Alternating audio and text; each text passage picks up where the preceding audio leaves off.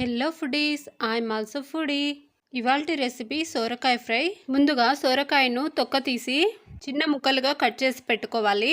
Stove మీద కడాయి పెట్టుకొని oil వేసి పోపు దినుసులు, కరివేపాకు, ఆనియన్ కూడా వేసి ఒకసారి వేయించి ఆనియన్ ముక్కలు కాస్త ఫ్రై అవ్వగానే కాసింత పసుపు వేసి ఇంకొకసారి వేయించుకొని కట్ చేసి పెట్టుకున్న సోరకాయ ముక్కలను కూడా వేసి ఒకసారి బాగా కలిపేసుకొని మూతను పెట్టి కాసేపు మగ్గనివ్వాలి.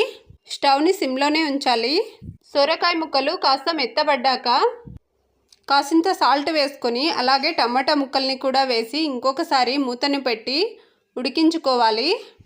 పూర్తిగా ఉడికిన తర్వాత కాసింత ఫ్రై మసాలా పొడి వేసి అలాగే కాసింత పల్లీల పొడి కూడా వేసి ఇంకొక 2 మినిట్స్ ఉడికించుకొని స్టవ్ ఆఫ్ చేసుకోవడమే.